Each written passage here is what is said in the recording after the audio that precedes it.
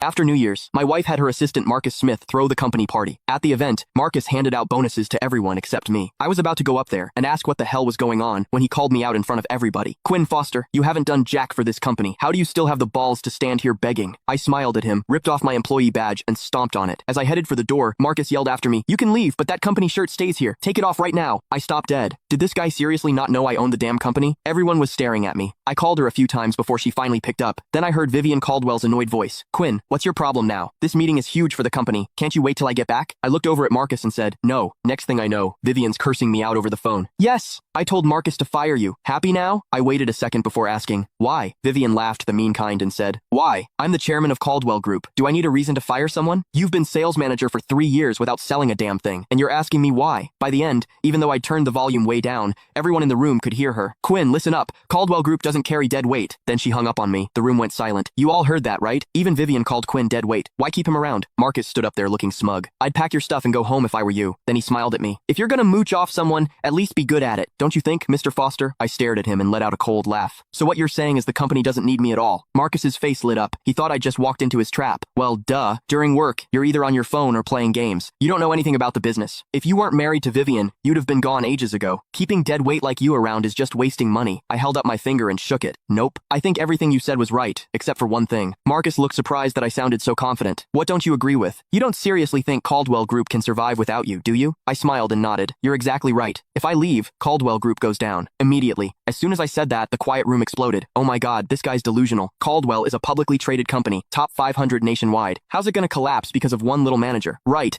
This guy just rides on being the chairman's husband. He's been lazy for 3 years, doing nothing but collecting a paycheck. He's disgusting. How do people like this even exist? Pretty boy freeloader just dropped dead already." The trash talk got louder and louder, but I didn't care, because every word I said was true. Caldwell Group went from a tiny nobody company 3 years ago to a publicly traded corporation with over 10,000 employees, and that was all me. Or really, the connections I brought. It had nothing to do with Vivian. Back then, Caldwell Group's founder, Gregory Caldwell, flew all the way from Boston to New York just to beg me to marry his granddaughter, and he had a marriage contract with him. It did have my grandfather's signature on it. I was young and didn't know what love was. I figured if Grandpa set it up this way, he had his reasons. But I never thought that after building Caldwell Group into what it is today, they'd turn around and call me dead weight. That pissed me off. Right then, I decided to confront Gregory Caldwell face to face and ask him straight up if the Caldwell family was planning to screw me over. If he kept Vivian as chairman, I'd have no problem sending the Caldwell family right back to where they were 3 years ago. Wait, just as I turned to leave, Marcus called out, "You're just gonna walk out like that?" I slowly turned back around. "What? You gonna invite me to stay for dinner?" Marcus stared at me with this nasty grin before saying,